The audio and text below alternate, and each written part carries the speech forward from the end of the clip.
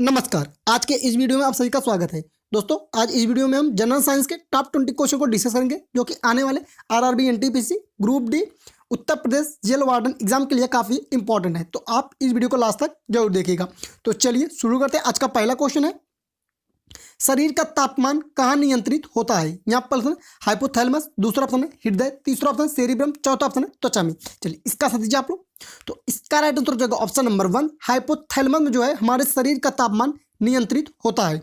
Hypothalamus जो है हमारे मस्तिष्क में पाया जाता है, जहां पर जो है हमारे शरीर का तापमान नियंत्रित होता है। तो आप लोग इतना भी याद रखिएगा। चलिए अगला क्वेश्चन, क्वेश्चन नंबर 2 है, हीमोग्लोबिन का मुख्य कार्य क्या है? यहाँ पर ऑक्सीजन का वहन, दूसरा ऑप्शन है बैक्टीरिया को नष्ट करना, तीसरा ऑप्शन है एनीमिया का निदान, चौथा ऑप्शन है उपरोक्त में से सभी। चलिए इसका आंसर दीजिए आप लोग। तो इसका राइट आंसर हो जाएगा ऑप्शन नंबर 1, ऑक्सीजन का वहन करना। हीमोग्लोबिन का जो है मुख्य कार्य होता है, क्या होता है? ऑक्सीजन का वहन करना हमारे शरीर में। तो आप लोग इतना भी याद रखिएगा। दोस्तों, अगर आपको ये वीडियो अच्छा लगता है, हेल्पफुल लगता है आने वाले किसी वन एग्जाम के लिए या एंट्रेंस के लिए, तो आप इस वीडियो को लाइक करें, शेयर करें। आप सभी से रिक्वेस्ट है, प्लीज चैनल को सब्सक्राइब करें, साथ में बेल आइकन दबाएं ताकि आने वाली हर वीडियो की जानकारी आप तक आसानी से पहुंच सके। चलिए अगला क्वेश्चन, क्वेश्चन नंबर 3 है, सर्वप्रथम कोशिका का पता किसने लगाया था? यहाँ पर स्वान, दूसरा है रॉबर्ट हुक, तीसरा ऑप्शन है डार्विन, चौथा ऑप्शन है इनमें से कोई नहीं। चलिए इसका आंसर दीजिए आप लोग। तो इसका राइट आंसर हो जाएगा ऑप्शन नंबर 2, रॉबर्ट हुक ने। रॉबर्ट हुक ने जो है सर्वप्रथम कोशिका की खोज की थी। कब? 1665 ईस्वी में। 1665 ईस्वी में जो है सर्वप्रथम रॉबर्ट हुक ने जो है कोशिका का पता लगाया था। तो आप लोग इतना भी याद रखिएगा। चलिए अगला क्वेश्चन, क्वेश्चन नंबर 4 है, कोशिका का शक्ति केंद्र किसे कहा जाता है? यहाँ पर माइटोकॉन्ड्रिया, दूसरा ऑप्शन है लाइसोसोम, तीसरा है केंद्रक, चौथा ऑप्शन है कोशिका द्रव्य को। चलिए इसका आंसर दीजिए आप लोग। तो इसका राइट आंसर हो जाएगा ऑप्शन नंबर 1, माइटोकॉन्ड्रिया को जो है कोशिका का शक्ति केंद्र कहा जाता है। तो आप लोग ये भी याद रखिएगा। चलिए अगला क्वेश्चन नंबर 5 है, निम्न में किस कोशिकांग को आत्महत्या की थैली कहा जाता है? यहाँ पर राइबोसोम, दूसरा ऑप्शन है लाइसोसोम, तीसरा ऑप्शन है रिक्तिका, चौथा ऑप्शन है सेंट्रोसोम। चलिए इसका आंसर दीजिए आप लोग। तो इसका राइट आंसर हो जाएगा ऑप्शन नंबर 2, लाइसोसोम को। लाइसोसोम को जो है, लाइसोसोम कोशिकांग को जो है आत्महत्या की जो है थैली भी कहा जाता है। नाम याद रखिएगा, लाइसोसोम। चलिए अगला क्वेश्चन देखिएगा, क्वेश्चन नंबर 6 है, डीएनए की द्विगुणित कुंडली का पता किसने लगाया था? यहाँ पहला ऑप्शन है वाटसन और क्रिक, दूसरा ऑप्शन है स्लाइडन और स्वान, तीसरा ऑप्शन है रॉबर्ट हुक, चौथा ऑप्शन है ग्रेगर जॉन मंडल। चलिए इसका आंसर दीजिए आप लोग। तो इसका राइट आंसर हो जाएगा ऑप्शन नंबर 1, वाटसन और क्रिक ने जो है डीएनए की जो है द्विगुणित कुंडली का जो है पता लगाया था। और जबकि ये जो स्लाइडन और स्वान है, इन्होंने जो है कोशिका का जो है सिद्धांत दिया था। किसने? स्लाइडन और स्वान ने। चलिए अगला क्वेश्चन, क्वेश्चन नंबर 7 है, डीएनए का प्रमुख कार्य क्या होता है? यहाँ पर प्रोटीन संश्लेषण, दूसरा ऑप्शन कोश की श्वसन, तीसरा ऑप्शन है कोश की परिवहन, चौथा ऑप्शन है आनुवांशिक क्रियाओं का संचालन करना। चलिए इसका आंसर दीजिए आप लोग। तो इसका राइट आंसर हो जाएगा ऑप्शन नंबर 4, आनुवांशिक क्रियाओं का जो है संचालन करना जो है डीएनए का प्रमुख कार्य होता है। क्या? आनुवांशिक क्रियाओं का संचालन करना। अच्छा, डीएनए का फुल फॉर्म भी याद रखिएगा। डीएनए का फुल फॉर्म क्या होगा? Deoxy ribonucleic acid, full form भी याद रखिएगा। चलिए अगला क्वेश्चन, क्वेश्चन नंबर 8 है, आरएनए कहाँ पाया जाता है? यहाँ पहला ऑप्शन कोशिका भित्ति में, दूसरा ऑप्शन माइटोकॉन्ड्रिया में, तीसरा ऑप्शन है कोशिका द्रव्य में, चौथा ऑप्शन है राइबोसोम में। चलिए इसका आंसर दीजिए आप लोग। तो इसका राइट आंसर हो जाएगा ऑप्शन नंबर 3, कोशिका द्रव्य में जो है आरएनए पाया जाता है। अच्छा, आरएनए का फुल फॉर्म क्या होगा? राइबोन्यूक्लिक एसिड, इसका फुल फॉर्म भी याद रखिएगा। आरएनए का राइबोन्यूक्लिक एसिड और डीएनए का डीऑक्सी राइबोन्यूक्लिक एसिड। आरएनए कहाँ पाया जाता है? कोशिका द्रव्य में। चलिए अगला क्वेश्चन है, क्वेश्चन नंबर 9 है, आनुवांशिकी का पिता किसे कहा जाता है? यहाँ पर लाइमार्क को, दूसरा ऑप्शन डार्विन, तीसरा ऑप्शन है मेंडल, चौथा ऑप्शन अरस्तु। चलिए इसका आंसर दीजिए आप लोग। तो इसका राइट आंसर होगा ऑप्शन नंबर 3, मेंडल को।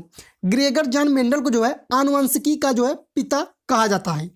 चलिए अगला क्वेश्चन है, क्वेश्चन नंबर 10 है, मनुष्य में गुणसूत्रों की कुल संख्या कितनी होती है? यहाँ पर ऑप्शन है 46, दूसरा ऑप्शन है 47, तीसरा ऑप्शन है 56, चौथा ऑप्शन है 57। चलिए इसका आंसर दीजिए आप लोग।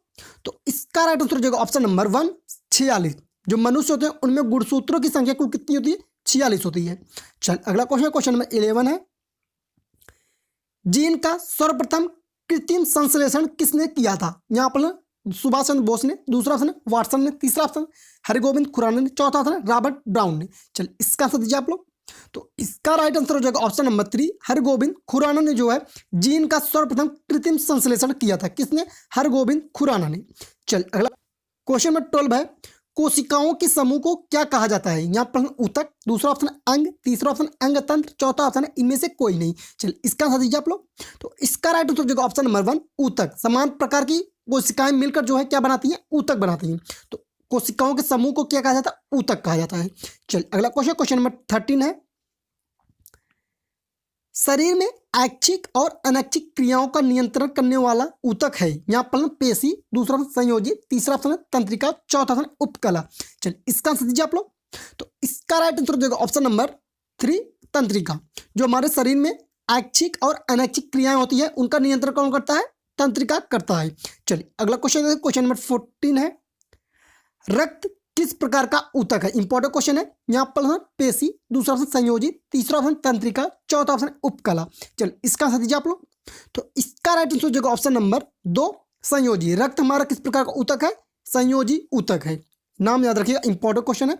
चलिए अगला क्वेश्चन नंबर 15 है, निम्न में से किस ग्रंथि को मास्टर ग्रंथ कहा जाता है? यहाँ पर थायराइड, दूसरा ऑप्शन पैराथायराइड, तीसरा ऑप्शन है पिट्यूटरी, चौथा ऑप्शन है एंड्रिल। चलिए इसका आंसर दीजिए आप लोग। तो इसका राइट आंसर हो जाएगा ऑप्शन नंबर 3, पिट्यूटरी ग्रंथि को जो है मास्टर ग्रंथि भी कहा जाता है। नाम याद रखिएगा। चलिए अगला क्वेश्चन नंबर 16 है, भोजन में उपस्थित शर्करा को माल्टोज में कौन बदलता है? यहाँ पर टाइलिन, दूसरा ऑप्शन रेनिन, तीसरा ऑप्शन है पेप्सिन, चौथा ऑप्शन लाइपेज। चलिए इसका आंसर दीजिए आप लोग। तो इसका राइट आंसर हो जाएगा ऑप्शन नंबर 1, टाइलिन। भोजन में उपस्थित जो शर्करा होता है उसे टाइलिन जो है माल्टोज में कन्वर्ट करता है। कौन? टाइलिन। नाम याद रखिएगा। चलिए अगला क्वेश्चन नंबर 17 है, इंसुलिन की कमी से कौन सा रोग उत्पन्न होता है?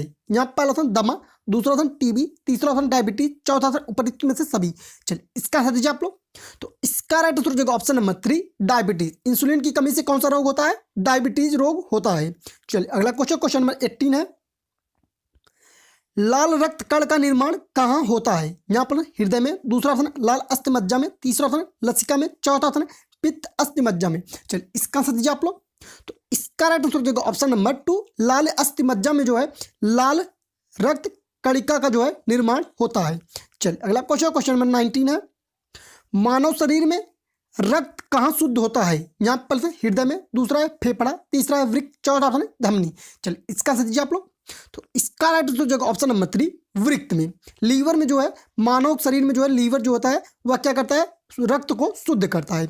चलिए अगला क्वेश्चन नंबर 20 है, निम्न में से कौन सा विटामिन जल में घुलनशील है? यहाँ पर विटामिन ए, दूसरा ऑप्शन विटामिन बी, तीसरा ऑप्शन विटामिन सी, चौथा ऑप्शन विटामिन बी और सी। चलिए इसका आंसर दीजिए आप लोग। तो इसका राइट आंसर हो जाएगा ऑप्शन नंबर 4, विटामिन बी और सी जो है जल में घुलनशील है और बाकी जो विटामिन बचते हैं वो सभी जल में अघुलनशील है। ये घुलनशील वाला पूछा जाता है तो विटामिन बी और सी। चलिए अगला क्वेश्चन नंबर 21 है और लास्ट है इस सेशन का। इस क्वेश्चन का आंसर आप लोग कमेंट करके बताइएगा। लाल रक्त का जीवन काल कितने दिन का होता है? यहाँ पर 90 दिन, दूसरा ऑप्शन 120 दिन, तीसरा ऑप्शन 125 दिन, चौथा ऑप्शन 140 दिन। चलिए इसका आंसर आप लोग कमेंट करके बताइएगा। दोस्तों अगर आपकी वीडियो अच्छा लगा, हेल्पफुल लगा आने वाले किसी वन डे एग्जाम के लिए, आप इंटरेस्ट के लिए, तो आप इस वीडियो को लाइक करें, शेयर करें। आप सभी से रिक्वेस्ट है प्लीज चैनल को सब्सक्राइब करें, साथ बेल आइकन दबाएं ताकि आने वाली हर वीडियो की जानकारी आप तक आसानी से पहुंच सके। मिलते हैं अगले वीडियो में, तब तक के लिए धन्यवाद।